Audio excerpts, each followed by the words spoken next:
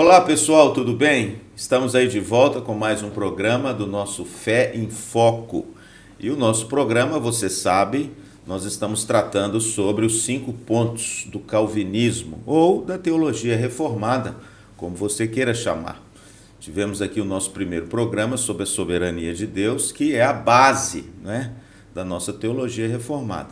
Tivemos semana passada aqui a presença do nosso querido pastor Silas Couto, falando sobre a corrupção humana ou a depravação total do homem, que é a doutrina sobre a natureza do homem. E nesse programa nós vamos tratar sobre mais um ponto da teologia reformada, que é a fé e a eleição incondicional. O que será isso, hein? Daqui a pouquinho você vai saber. Está conosco aqui para debater esse tema o nosso querido pastor Dani. Opa, uma alegria mais uma vez estar nessa mesa de conversa com vocês. Deus abençoe. É isso aí, está aqui também o nosso pastor Dalmo. Prazer estar aqui com vocês mais uma vez. Não vou escapar a brincadeira e o privilégio de ter sido eleito antes da fundação do mundo para participar dessa mesa. Bom, irmãos, hoje nós recebemos uma visita muito querida, muito ilustre. Ele é um pastor de peso. Não por causa da altura, mas porque é músico, é cantor, é violonista, é professor de seminário, pastor presbiteriano, mestrando agora, lá no Andrew Jumper, e é pastor da igreja presbiteriana do bairro Alvorada. É o nosso querido pastor Alessandro Capelari. Tudo bem, meu pastor? Tudo bom, obrigado pelos elogios tão profundos, né? E agradeço os irmãos pela confiança, a gente poder estar aqui, debater. A expectativa é que cresçamos, né? Muito bom. Tema muito rico, né? Isso. Que o Senhor nos dê graça aí no entendimento para a gente falar sobre ele. Amém, meu pastor. Bom, então vamos lá, né, gente? Vamos começar aqui. E eu queria só fazer uma digressãozinha, porque quando você ouve eleição, a gente fica achando que é coisa de política, né? Fé e eleição. Não, essa eleição não tem nada a ver com política. Essa eleição ela tem a ver com uma escolha, né? Você vai ver daqui a pouco. A eleição incondicional é um dos pontos fortes da nossa teologia reformada. Eu queria começar então com o nosso pastor querido, está aqui, né, dando a honra. Pastor Alessandro, existe um conceito de eleição incondicional? A Bíblia nos mostra isso nas Escrituras? Sim, a gente encontra a eleição incondicional em toda a Escritura, desde o Antigo Testamento até o Novo Testamento, né? Eu até pontuei alguns textos do Antigo Testamento e também do Novo Testamento. Mas até, pastor, se me permite, antes até de citarmos os textos da Bíblia, é importante a gente entender um pouco mais sobre a eleição. O senhor disse muito bem que a eleição não é um sistema de voto, não há um sistema de voto no céu. Cada um escolhe. Cada um faz uma escolha e Deus põe uma urna. Não, a eleição incondicional ela é um ato livre da graça de Deus em salvar homens pecadores, ato esse sem o qual esses homens não teriam de forma alguma acesso a Deus. Porque as suas vontades, como nós vimos na semana passada aqui no podcast, as suas vontades estão caídas. Né? Na queda, as suas vontades caíram, os seus desejos, a sua mente caiu, e até o próprio corpo sofre os efeitos da queda, assim como toda a natureza. A eleição incondicional ela faz parte da ação soberana de Deus em salvar pessoas, né? E aqui é importante a gente pontuar, de uma forma até pastoral, né? Porque às vezes a gente fala filosoficamente, teologicamente, o pessoal assusta, né?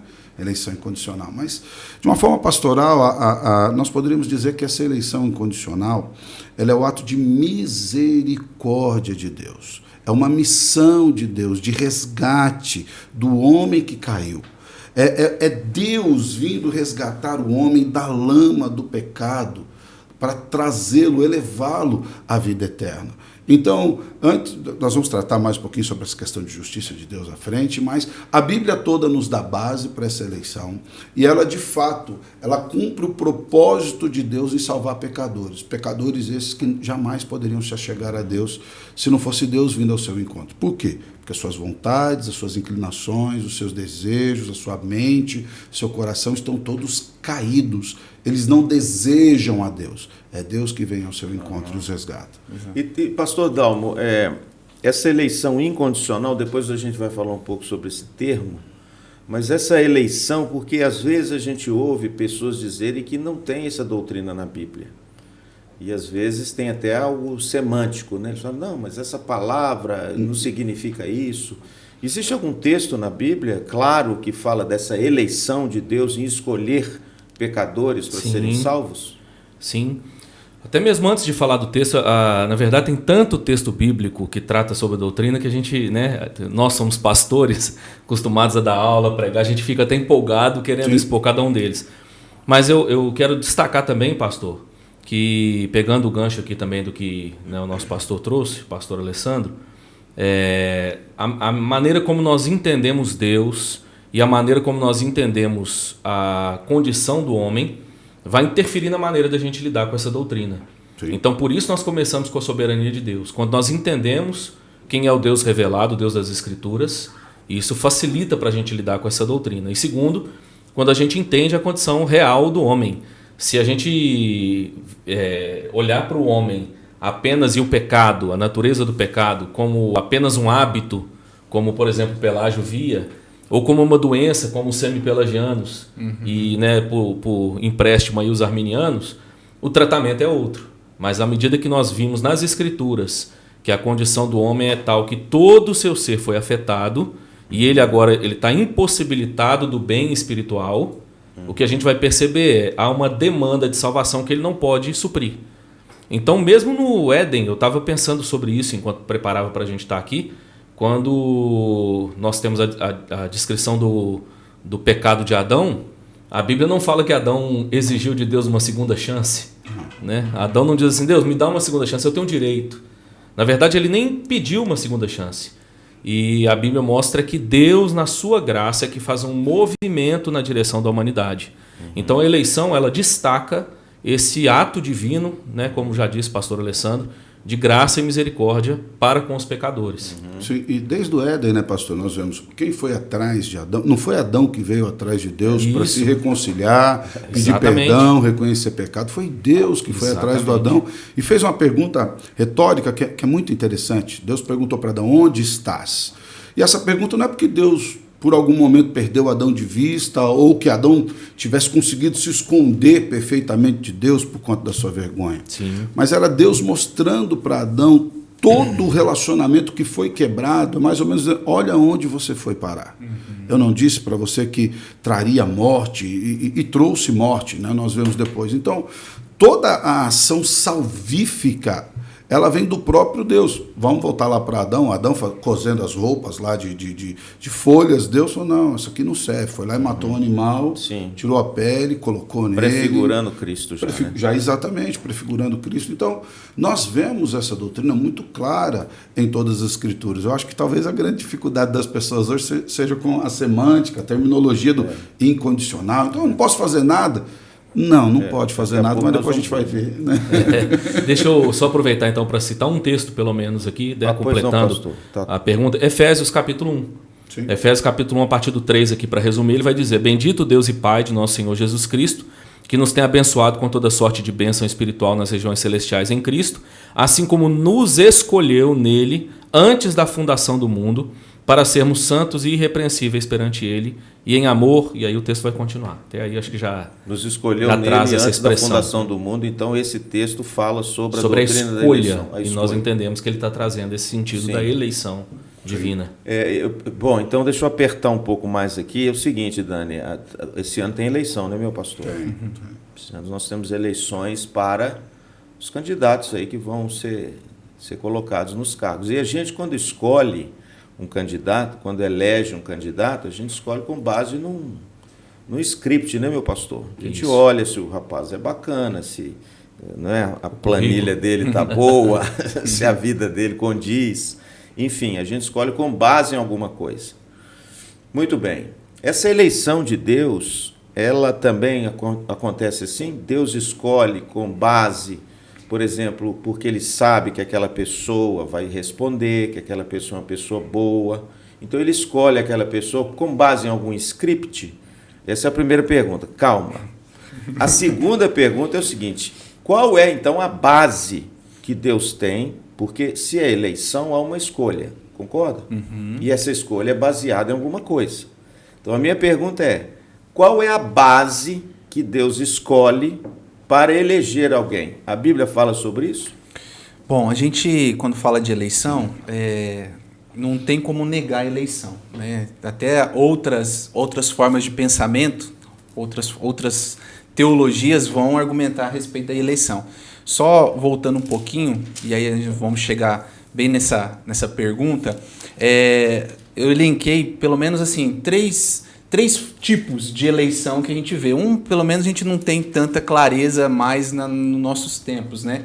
Que é a eleição merecida, que é o que Pelágio falava, né? Como ele considerava o pecado um hábito. Então, a pessoa merecia, por ela ser boa, ela merecia ser eleita. Isso eu acho que hoje nos nossos tempos não tem, a gente quase não vê isso.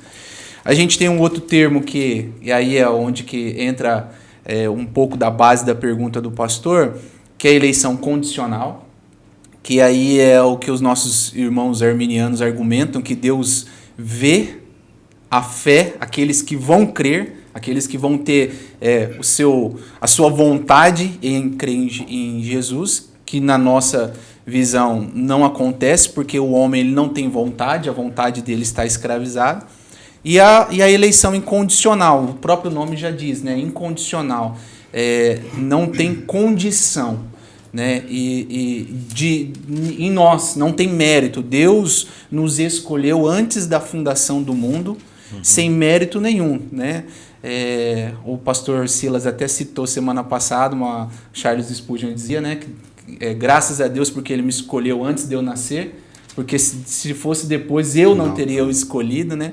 Então a gente vê isso, que a eleição de Deus não é por mérito, não é por condição humana, é incondicional, né? Até eu destaco aqui, aí o pastor falou, tem alguma base? 2 Timóteo 1,9 diz assim: Deus nos salvou e nos chamou, não segundo as nossas obras, mas conforme a sua própria determinação e graça, antes dos tempos eternos. Então a base dessa eleição é a graça soberana de Deus, é o amor de Deus. Tem um texto na nossa Bíblia que fala o beneplácito, né? De Deus. Então, essa é a base não tem mérito, não tem vantagem, não tem condição, é incondicional, porque nós estávamos assim, eu sempre costumo dizer, nós estávamos todos a caminhos do inferno, e Deus, na sua graça soberana, nos escolheu. Uma escolha livre, né? Uma escolha livre, exatamente, soberana.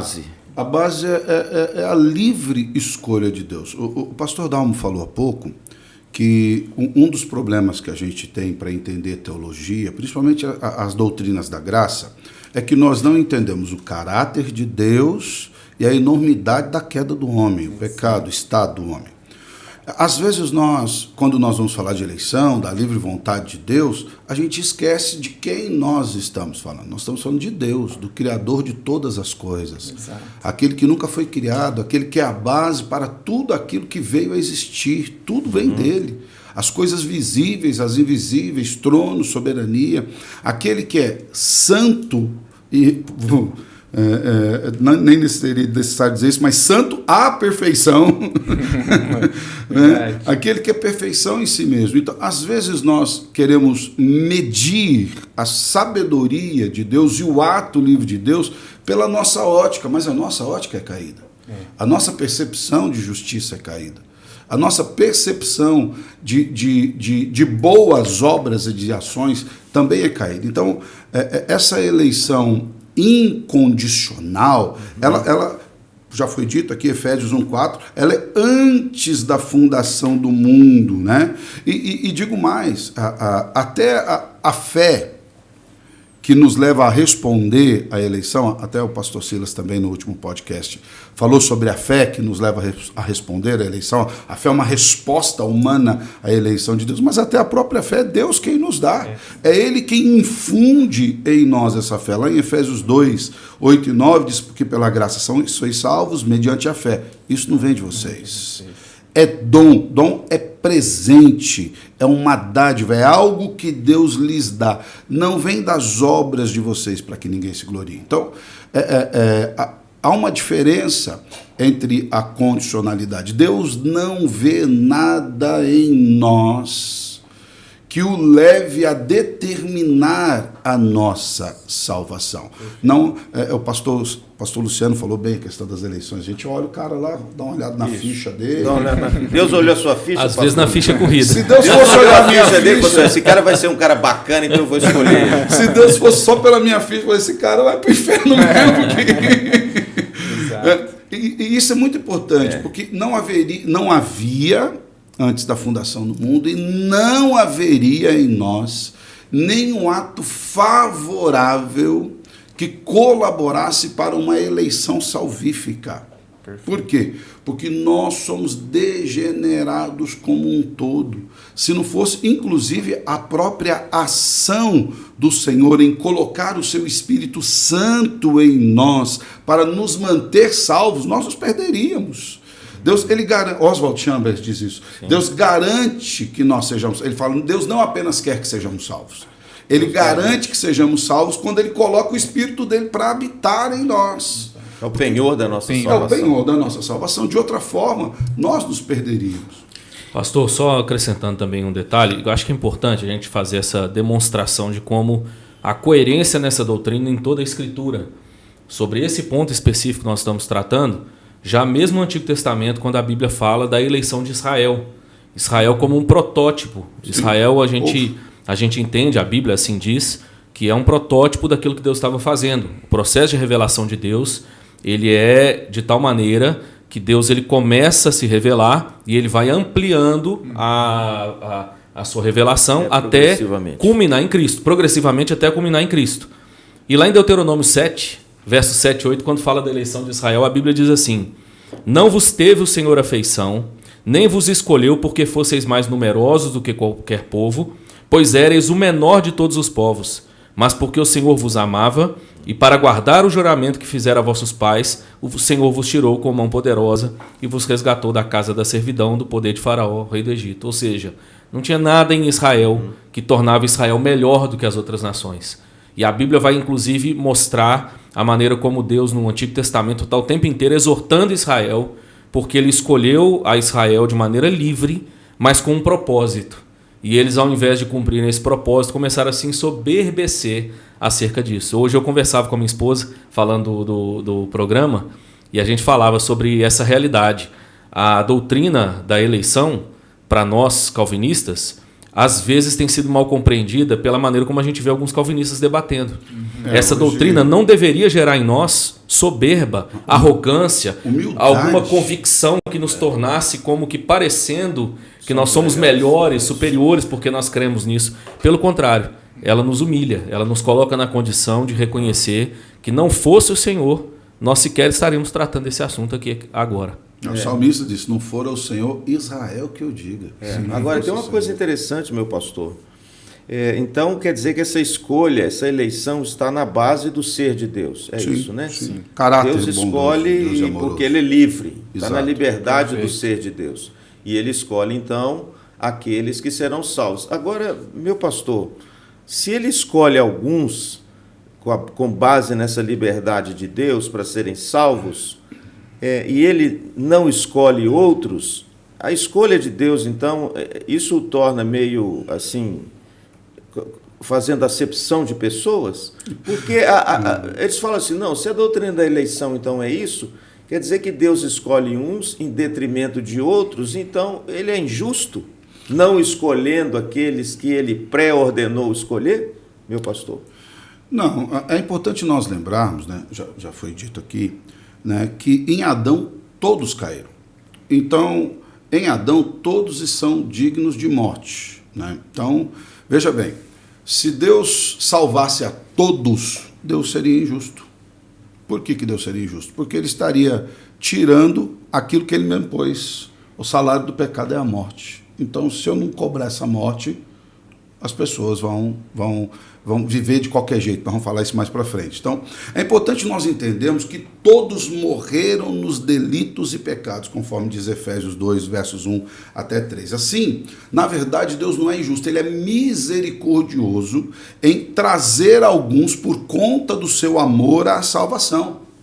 De maneira que, se não fosse assim, eles não iriam. Porque, veja bem, lá em Romanos 2, versículo 23, nós vemos que o salário do pecado é a morte. E na verdade, Paulo está corroborando aquilo que o Senhor disse no Éden para Adão. Falou, se você comer da árvore, é certo que você vai morrer. Sim. E o que é o salário do pecado? O salário é a justa paga por aquilo que foi feito. Então, todo aquele que pecar tem como justa paga, um pagamento justo, a morte.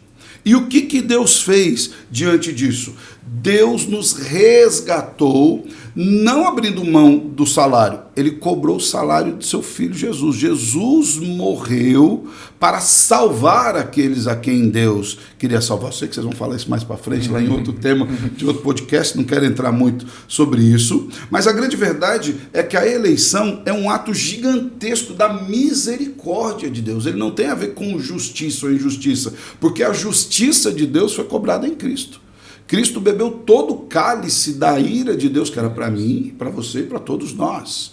Então não há injustiça da parte de Deus, porque todos estavam condenados, todos iriam para o inferno. Pela sua livre vontade, ele escolheu alguns para ser salvo. Se ele não escolhesse alguns, todos estariam condenados.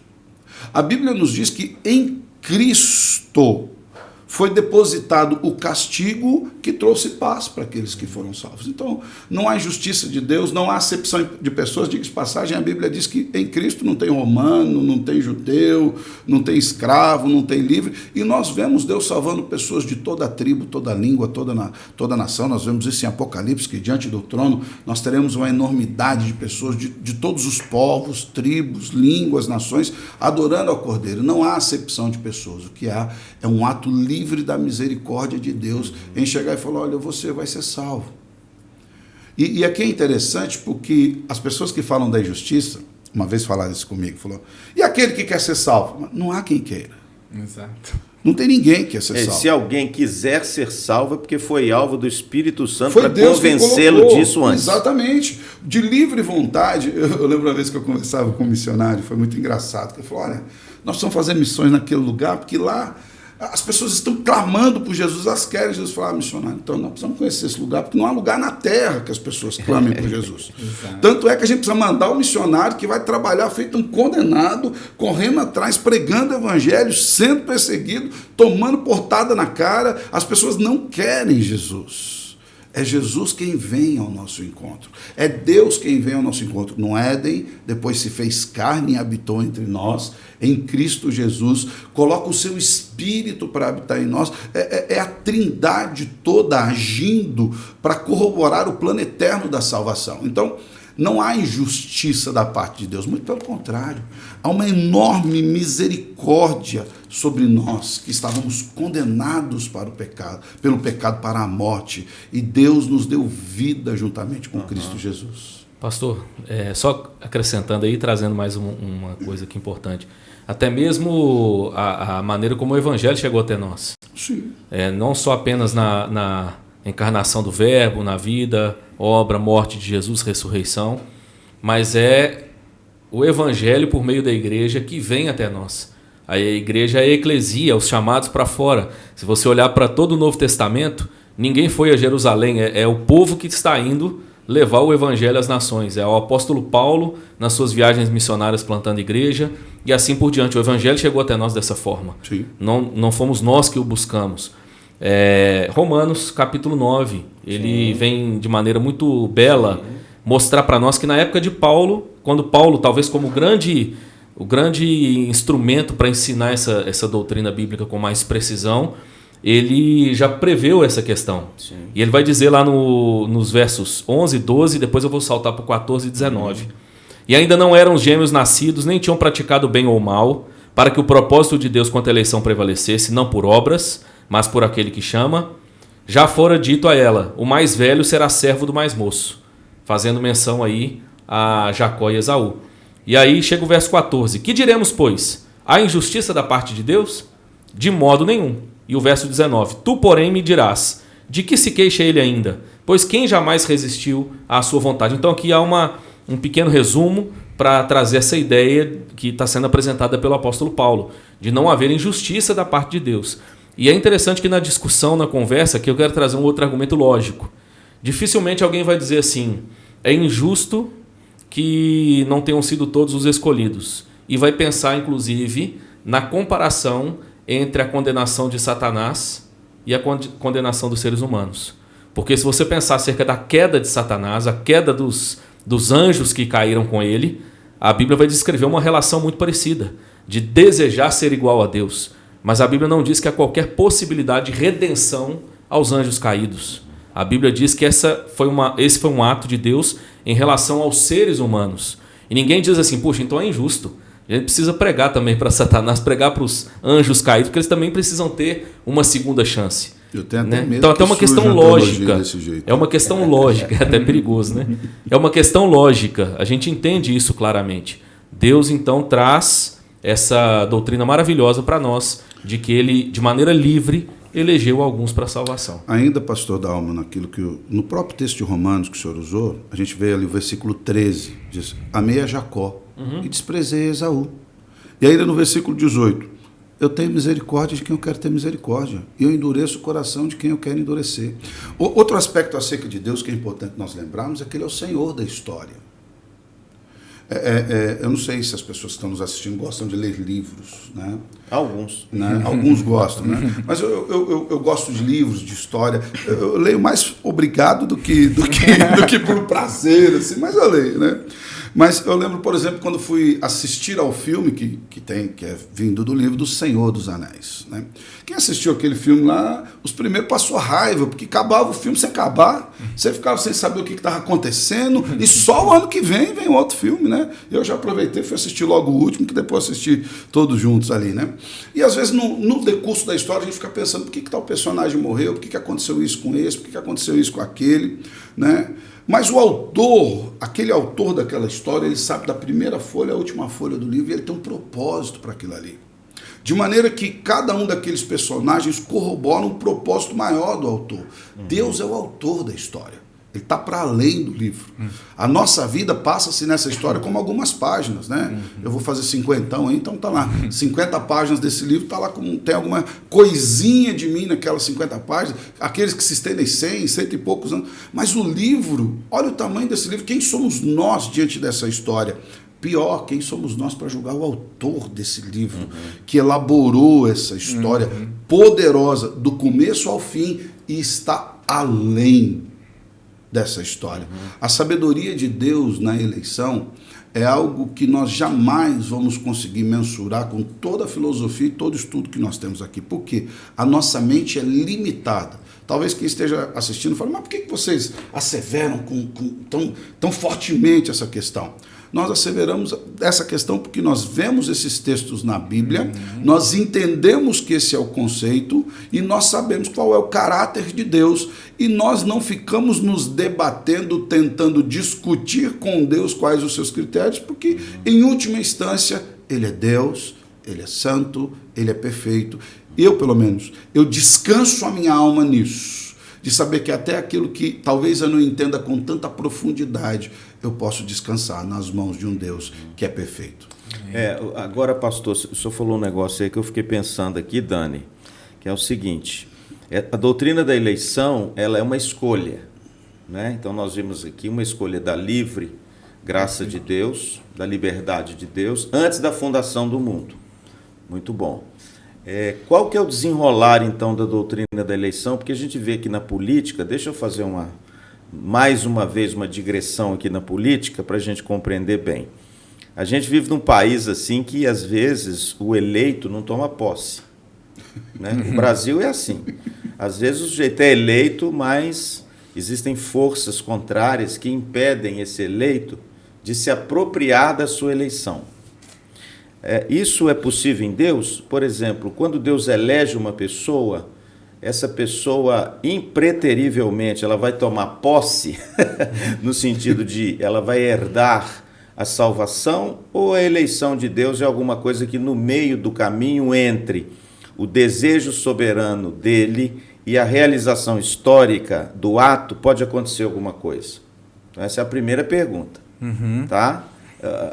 O eleito toma posse, ou seja, a eleição é uma garantia que o cristão tem, que ele será alcançado por essa graça temporal, histórica, de reconhecer o Senhor Jesus Cristo? Então, essa é uma pergunta que às vezes a pessoa faz. E segundo, essa eleição, ela deságua em quê na vida do cristão? O que a eleição efetivamente realiza na vida do ser humano? Tá. Em primeiro lugar, né? O eleito toma posse, sim, com certeza, em Deus, porque... Ele não é igual político não, no Brasil, não. Ele não fica só no nome, né? Não fica só na eleição. A eleição, sim, ela alcança aquela pessoa que Deus predestinou antes da fundação do mundo. E o meio pela qual Deus escolheu alcançar essa pessoa é a pregação, né? Até uma das perguntas que às vezes surge nas nossas classes de EBD é falar, então a gente não precisa fazer nada, porque se Deus já elegeu, então no fim todo mundo, quem Deus elegeu vai ser salvo, e não é bem assim. O meio pelo qual Deus escolheu dar posse a esse eleito é a pregação.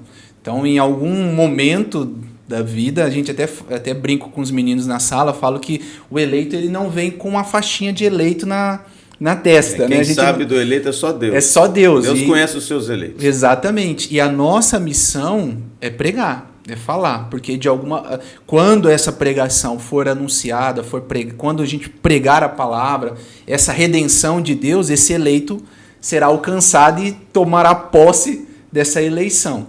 Né? Então, nessa questão, a gente pode destacar que, sim, o eleito toma posse. E a outra pergunta, pastor, fugiu agora. Não, é isso mesmo, já respondeu. Pode, meu pastor. A outra pergunta é o que a eleição produz. Exato. Eu diria que a primeira coisa que ela produz é um coração mais humilde diante de Deus e dos homens. Nós somos dessa forma, nós vencemos dessa forma a possibilidade da soberba, da arrogância, de achar que nós somos melhores, que nós escolhemos, que nós temos mais fé, que nós temos mais alguma coisa do que outras pessoas. A segunda, no meu ver, isso gera em nós um ardor evangelístico maior. Porque quando nós pregamos o evangelho, nós não pregamos com a possibilidade de que haja um eleito. Nós pregamos na certeza de que Deus tem os seus eleitos. Sim. Nós não sabemos quem são. Mas Deus sabe. Mas Deus sabe. E nós pregamos na expectativa de que um dos eleitos ouça a mensagem do evangelho e seja redimido. Isso gera ainda em nós uma vida de fé, digamos assim, mais saudável, na medida em que nós não vivemos o tempo todo com temor de perder a nossa salvação. Nós olhamos para o Deus que já nos deu a salvação graciosamente. E nós vivemos agora buscando a glória de Deus. Não é que a gente não ligue para o pecado, a gente não se importe com o pecado, mas ao invés de viver com uma faca no pescoço, o tempo inteiro com medo de perder a salvação, nós vivemos com a alegria do Espírito Santo, celebrando a salvação que nós já recebemos. E agora vivemos no temor de viver uma vida coerente com essa salvação. Sim. É diferente. O pastor Dalmo falou um negócio aqui, pastor Alessandro, que eu queria jogar a bola para o senhor aí. Então, pelo que a gente entendeu, você de casa que está nos acompanhando, então, na realidade, a doutrina da eleição parece-nos que é a base da segurança da salvação, é isso? Sim, completamente. Completamente. Né? Como então eu vou ser... Outra pergunta que eu faço para o senhor. Como eu vou ter certeza da minha salvação se a minha eleição não é baseada numa escolha de Deus, mas numa escolha pessoal minha?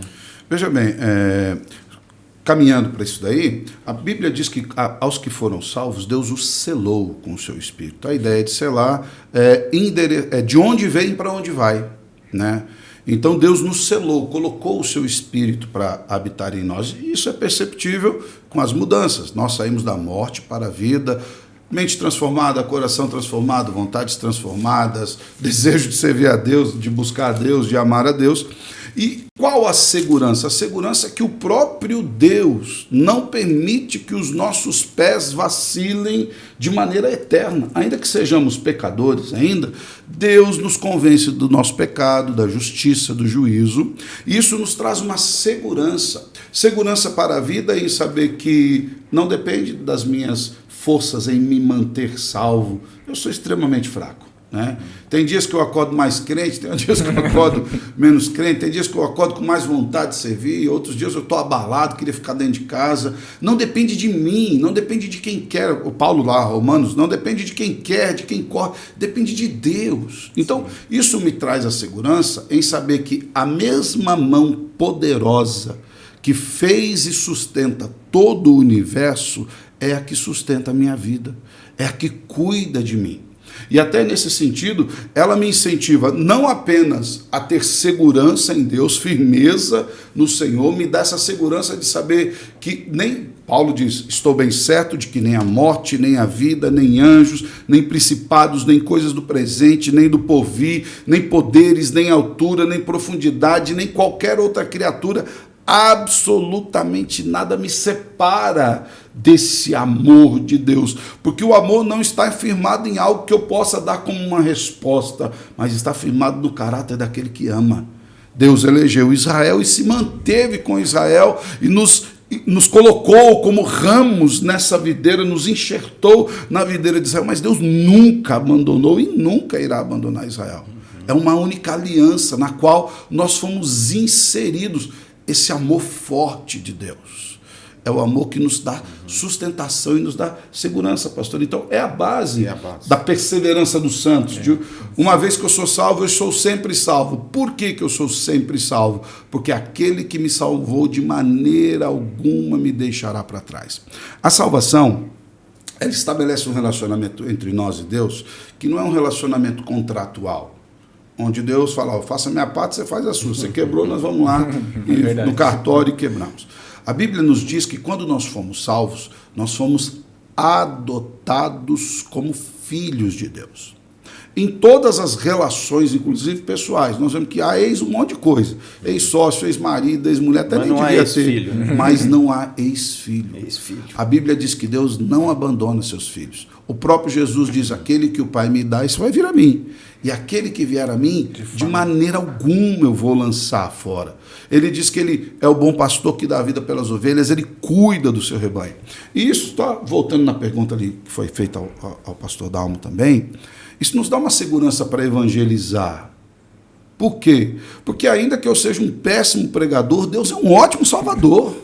É 100% o resultado. Exatamente. Aqueles que ele quer salvar vão ser salvos. Eu lembro, pastor, uma vez eu fui dar discipulado para o irmão querido. Verdade.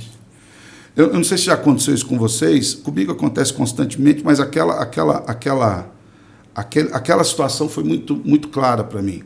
Eu saí de casa para dar o discipulado para um irmão muito querido, e eu cheguei em casa acabado, arrasado, com o sentimento que eu tinha desensinado o que eu tinha ensinado na lição anterior.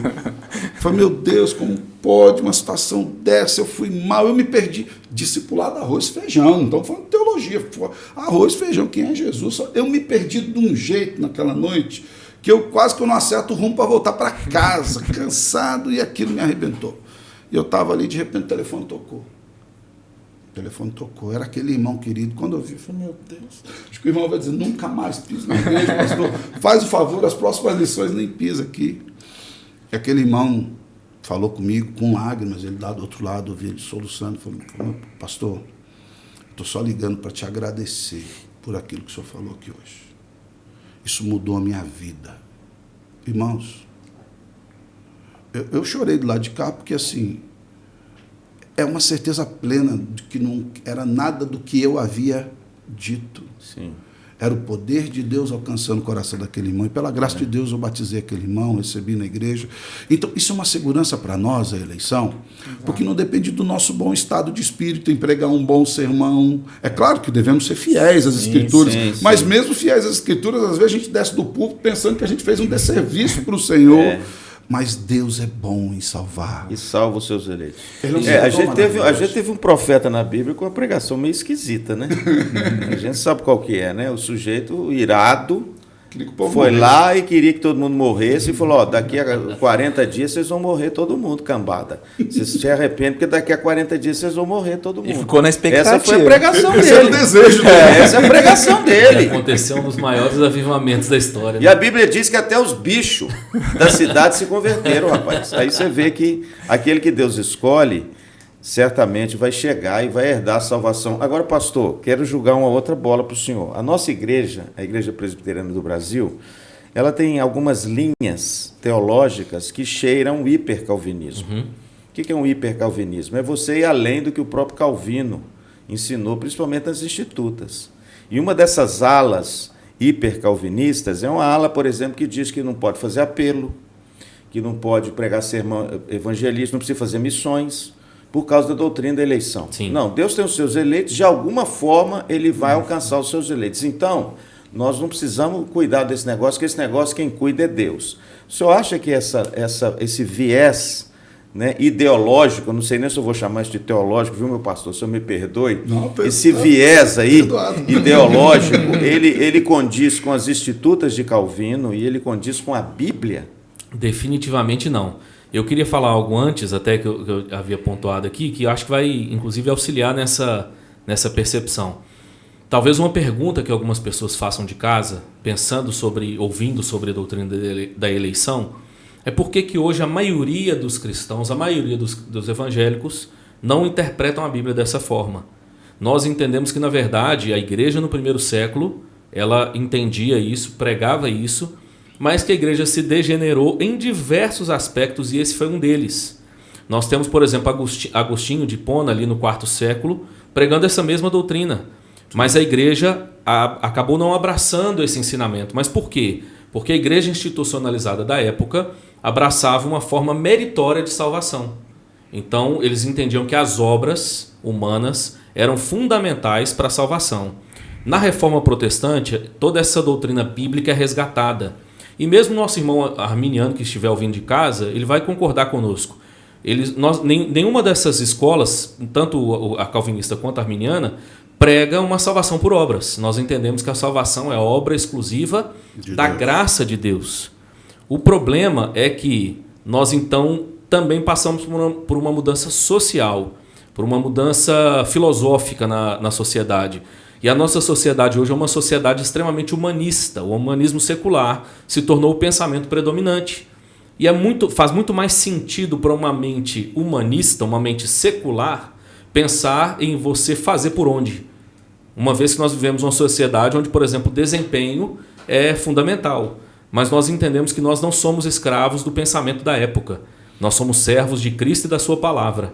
E essa é a verdade que a palavra de Deus revela.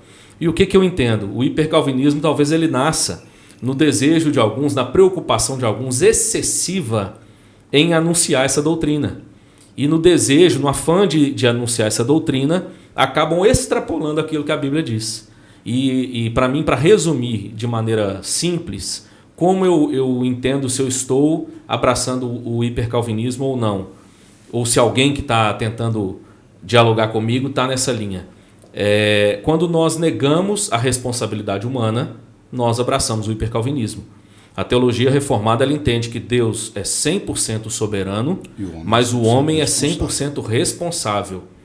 Deixa eu dar um exemplo. Eu já ouvi, no contexto calvinista, por exemplo, contexto presbiteriano, alguém dizer assim, não posso falar que eu aceitei Jesus, que eu recebi Jesus. Eu diria até pode, desde que você diga, entendendo que, na verdade, o ato de recebê-lo é resultado dele ter te escolhido. É basicamente isso. Está lá em João, capítulo 1. Mas a todos quantos o receberam, deu-lhes o poder de serem feitos filhos de Deus. Nós recebemos a Cristo, mas nós recebemos como resultado de um ato livre de Deus de nos escolher. É o Espírito Santo quem nos impulsiona, quem nos direciona, quem nos quebranta, quem abre o nosso coração e a mente para compreender a verdade das Escrituras. Eu acredito, pastor, que o hipercalvinismo ele nasceu numa perspectiva de defesa filosófica da fé. Sim. Assim como o desdobramento do arminianismo vem trazendo por conta do humanismo, uma defesa do homem com respeito à salvação. Hoje eu acredito até que nós já estamos vivendo uma era pós-humanista. Tá? Eu não acredito mais que nós estamos vivendo uma era humanista. Eu acredito que daqui para frente a perspectiva teológica estabelecida pelo mundo vai ser muito diferente do fundamento humanista. Ela vai ser muito mais mística, ligando... Ela vai voltar quase que para o panteísmo, essa é a minha perspectiva, porque a gente está percebendo que até o ser humano está perdendo valor nessas ideologias de hoje. Mas o hipercalvinismo ele é muito fundamentado numa discussão filosófica. Eu posso fazer apelo ou não? Deus nos dotou de sentidos, Deus nos fez assim. Deus nos dotou de emoções, Deus nos dotou de vontades, Deus nos dotou de percepções, de gostos diferenciados. Tá? Quando um pastor faz um apelo, para mim, todo sermão é evangelístico, toda exposição é evangelística. Todo sermão é um apelo, na realidade. Exatamente. Porque todo sermão é cristológico, cristocêntrico, todo ele aponta para a salvação em Cristo Jesus. Né? E se ele não aponta, a gente precisa repensar a forma de fazer o sermão. Né? Talvez não seja um sermão. Então, o apelo, eu sou péssimo em apelo. Eu sou daquele que, acho que sou cara, se dependesse do meu apelo para ele ser salvo, ele fugia. Né? Eu sou ruim de apelo. Mas eu já vi pastores fazendo apelos muito bem fundamentados nas Escrituras, trazendo... Porque o que o apelo é? O apelo é uma ação prática para que você tome uma decisão nesse momento.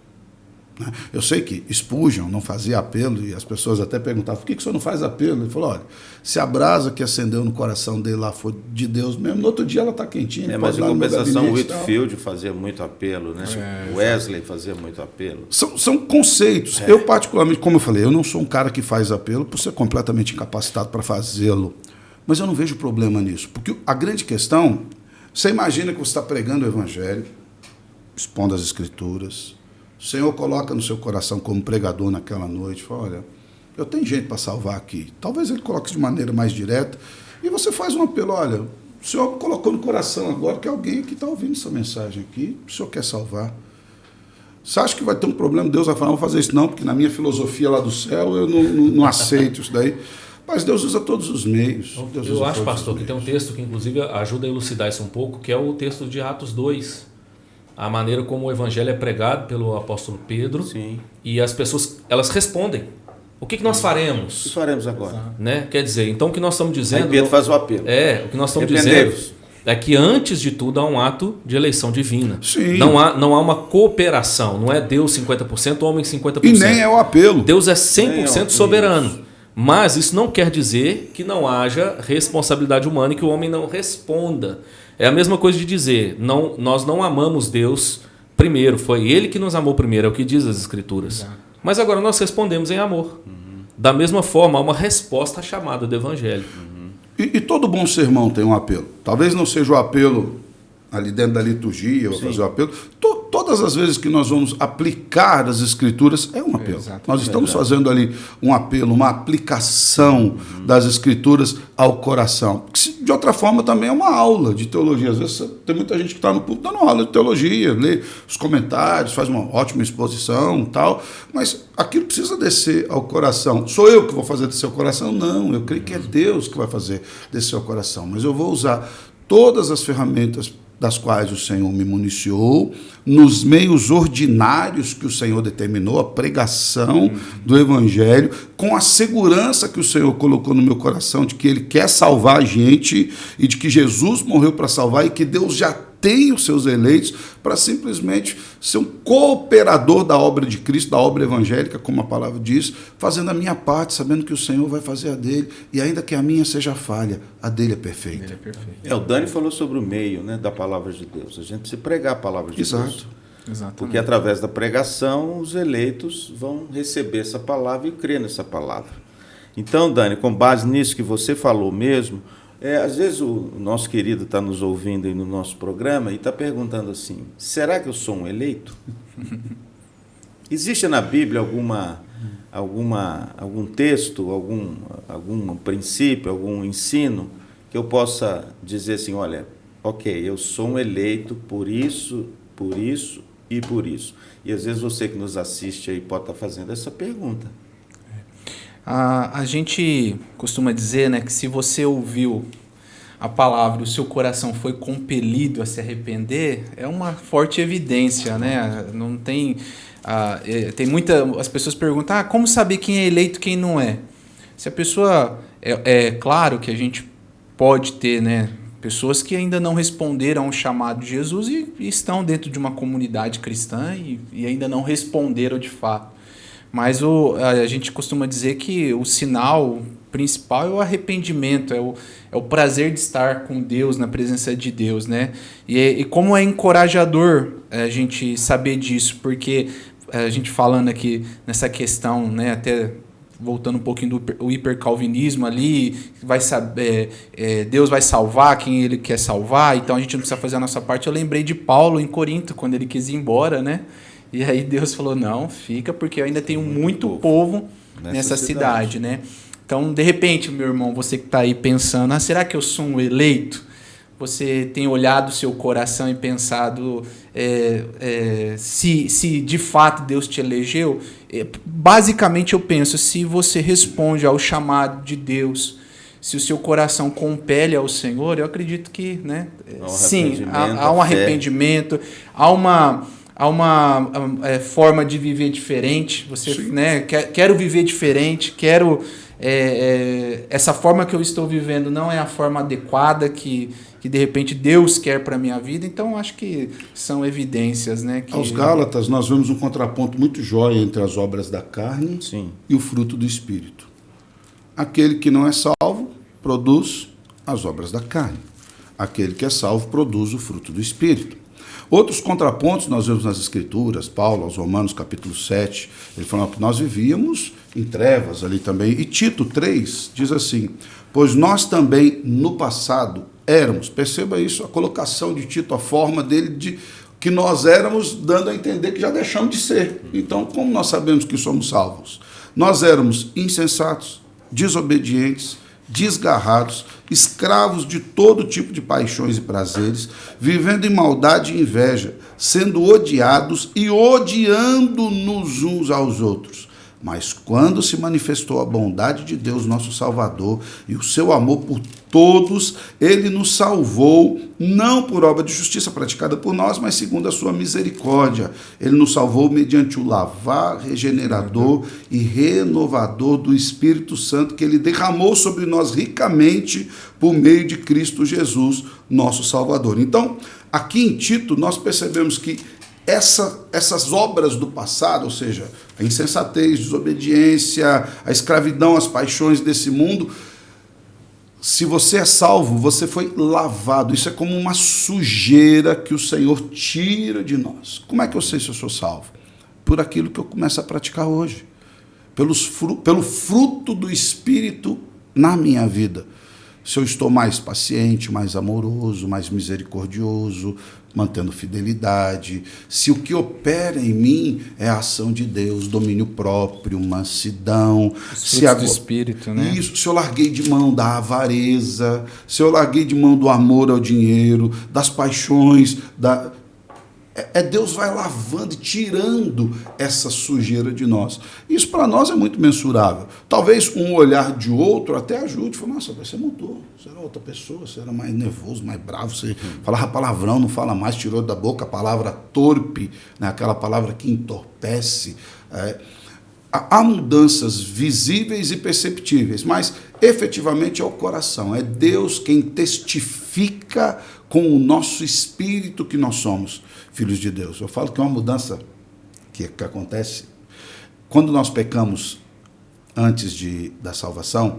Nós sentimos um peso da justiça, quase que o tridente do capeta que vem para cá. Mas já percebeu que quando nós pecamos, depois de salvos, em vez de nós sentirmos o fogo do inferno queimando nos nossos pés, nós sentimos a voz misericordiosa do nosso Pai dizendo, vem para cá, está errado isso aí. Exato. Vamos acertar isso aqui. Como um pai se compadece dos filhos, assim o Senhor nos ama. E essa ação de que somos filhos amados de Deus, testificada no nosso coração, nos mostra também a salvação. Eu queria só complementar dizendo que o eleito ele tem duas marcas, uma na orelha e uma no pé. E aí João vai dizer isso, né? João 10, 27. As minhas ovelhas ouvem a minha voz e eu as conheço, e elas me seguem. Então o eleito ouve a voz do pastor. Sim.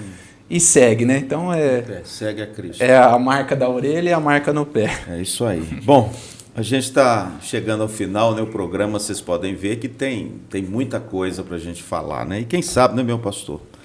A gente pode voltar aqui um pouco mais tarde para falar mais sobre a doutrina da eleição. Mas a gente costuma também mostrar alguns livros. Trouxe alguma coisa aí, Dani, sobre eu trouxe a eleição? Sim. Trouxe um livro, eu trouxe um que já indiquei semana passada e trouxe um que eu encontrei na minha biblioteca, por algum acaso, eu até falei, nem sabia que eu tinha. Que é um livro muito bom, gostei dele, a didática, o título é Deus Deseja que Todos Sejam Salvos, né? É do John Piper, a editora é a Fiel, editora Fiel. É um livrinho pequenininho que vai falar sobre a eleição divina e a vontade de Deus para que todos sejam salvos. Então, vai mostrar essa... todos aí, ele explica o que Exato. Significa esse todos, Ele vai mostrar essa vontade de Só Deus. para não perder a brincadeira, você não achou ele por acaso, não. Ah, é. Foi eleito para estar aqui. Exato, o livro foi predestinado a estar aqui. Que bênção. Bom, então o pastor Dalma acho que não trouxe livros. Eu queria então, desde já, né, Dani, agradecer a presença, Deus abençoe muito. Amém, meu rei. Deus abençoe. Obrigado, pastor Alessandro, pela conversa. Eu agradeço, irmãos. Eu agradeço pelo convite de estar aqui com vocês. Para mim foi um aprendizado muito gostoso estar aqui. Eu acho que isso é muito rico, né? Só para indicar um livro, pastor John Alessandro, Owen, se tiver né? algum livro bom. Por Quem Cristo Morreu. Vale a pena, é um livreto pequenininho, excelente. John Owen, você vai encontrar lá na Amazon, fazendo propaganda. Pode fazer, sem problema. Você vai encontrar lá na Amazon, tá? Obrigado, irmãos. Obrigado, pastor Luciano, pastor Dalmo, pastor Daniel. Obrigado pela confiança, pelo privilégio de poder estar aqui com vocês. Me coloco sempre à disposição naquilo que puder colaborar, viu? Prazer. Deus aí, abençoe. Pastor Dalmo, muito obrigado mais uma vez. Agradeço. Prazer ter o reverendo Alessandro aqui conosco também. Nosso convidado, pastor Luciano, Daniel. Sim. Só uma pequena última observação, talvez uma questão importante sobre esse assunto que as pessoas se façam essa doutrina então não vai permitir que a gente viva pecando, não. Que afinal de contas nós somos eleitos, e nós entendemos que não. Na verdade é exatamente o contrário. O fato de termos sido alcançados por uma graça tão poderosa nos alcança e nos transforma em amor e nos capacita a viver agora respondendo ao amor de Deus. Então você de casa, que Deus te abençoe e que você não perca a alegria da salvação. E isso pode acontecer.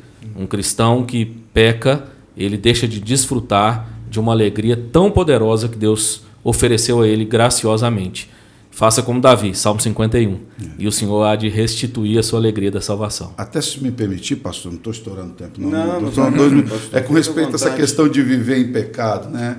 O apóstolo Paulo diz que a salvação, a eleição nos tornou mortos para o pecado e vivos para Deus, Romanos 6:11. Aos Colossenses, Paulo diz que nós saímos, Deus nos tirou do império das trevas e nos transportou para o reino do seu Filho amado. A eleição, de maneira alguma, produz no coração do crente o desejo de viver em pecado, porque, na verdade, a eleição matou-o para o pecado. Ele foi crucificado com Cristo para o pecado. Então, quem faz essa pergunta, ou quem pensa assim, não entendeu o que é eleição. A eleição não é um salvo-conduto de Deus para pecarmos em paz. Exato. A eleição é a maneira pela qual Deus nos tira do pecado e nos transporta para a vida. Aí Paulo faz até aquela pergunta, então agora, porque a graça abundante sobre nós vamos ver pecado, ele mesmo responde, de maneira alguma. Como é que eu vou viver pecando se eu já fui morto para ele? O eleito é alguém que morreu em Cristo e recebe por Cristo a vida eterna. Amém. Nós estamos mortos para o pecado. Então, se você que está em casa pensava nisso, deixa eu falar um negócio para você. Não é assim. Você foi salvo dos seus desejos pecaminosos, morreu na cruz do Calvário, você foi crucificado com Cristo Jesus. Perfeito. Ele recebeu o castigo que era seu e meu, e eu e você recebemos a vida que ele nos deu gratuitamente na cruz. Amém. Amém, meus irmãos, que bênção, né? Tá vendo? Aula de teologia boa, né? Que a gente teve aqui hoje. Bom, eu queria deixar uma palavra final para você, dizendo para você o seguinte: a doutrina da eleição, ela nos oferece muitas garantias. Ao contrário do que muitos pensam, que a doutrina da eleição é restritiva, ela de forma nenhuma é restritiva. É uma doutrina que nos oferece garantias maravilhosas. Você quer ver um exemplo? É através da doutrina da eleição que nós temos a garantia da nossa salvação. Por quê? Porque ela está fundamentada no que Deus disse e no que Deus escolheu, e não naquilo que eu disse que eu escolhi. Porque as minhas escolhas são tão passageiras, tão volúveis, mas aquele que escolhe é poderoso para fazer com que essa escolha se torne uma realidade na minha vida. Segundo, é garantia. A eleição é garantia da santificação. Porque você e eu somos eleitos, é uma garantia que agora a nossa vida vai seguir um curso de santificação, porque aquele que começou a boa obra em vós, diz as Escrituras, há de completá-la até o dia de Cristo Jesus. Se foi Ele que começou a obra em você através da eleição, você pode ficar tranquilo, querido, que Ele vai terminar, porque Ele não é homem para mentir. E a terceira garantia que eu vejo da doutrina da eleição é a garantia da pregação. Olha que coisa maravilhosa. Fale de Cristo. Manifeste o Evangelho de Cristo. Testemunhe de Cristo. Sabe por quê? Porque Deus tem os seus eleitos. Você não sabe quem são, mas Deus sabe. E pelo fato de você não saber, você tem que pregar o Evangelho a todos. E como disse o pastor Alessandro, não é uma pregação rebuscada, cheia de teologias, que vai alcançar a pessoa, mas é a eleição do Senhor que vai usar a palavra de Deus para que essa palavra alcance, toque o coração e o coração frutifique, como diz a parábola, a 30, 60 e a 100 por 1. Portanto, a doutrina da eleição nos oferece muitas garantias e que essa doutrina faça parte, da sua vida e você viva por meio dela, porque é ela que te garante a pessoa que você é em Cristo Jesus. Amém? Deus abençoe você. Muito obrigado por nos acompanhar nesse programa. E no próximo programa teremos mais um tema, né, Dani? Isso aí. Mais um tema importante. Você tem o tema aí do próximo programa? Expiação definida. Por quem Cristo morreu? Pronto. Esse vai dar pano para manga. Para quem Cristo morreu? Ele morreu por todos ou ele morreu apenas para os seus? Acompanhe o nosso próximo programa, tá bom? Um grande abraço, Deus abençoe, em nome de Jesus. Olha, eu quero fazer a você, como a gente fez semana passada, um convite muito especial. Nós realizaremos aqui em Maringá um grande congresso, um grande encontro de mulheres de toda Maringá e cidades vizinhas. No dia 6 de julho, no Teatro Marista, nós vamos ter lá um congresso maravilhoso pela manhã, à tarde e à noite, com a Pamela Arumá.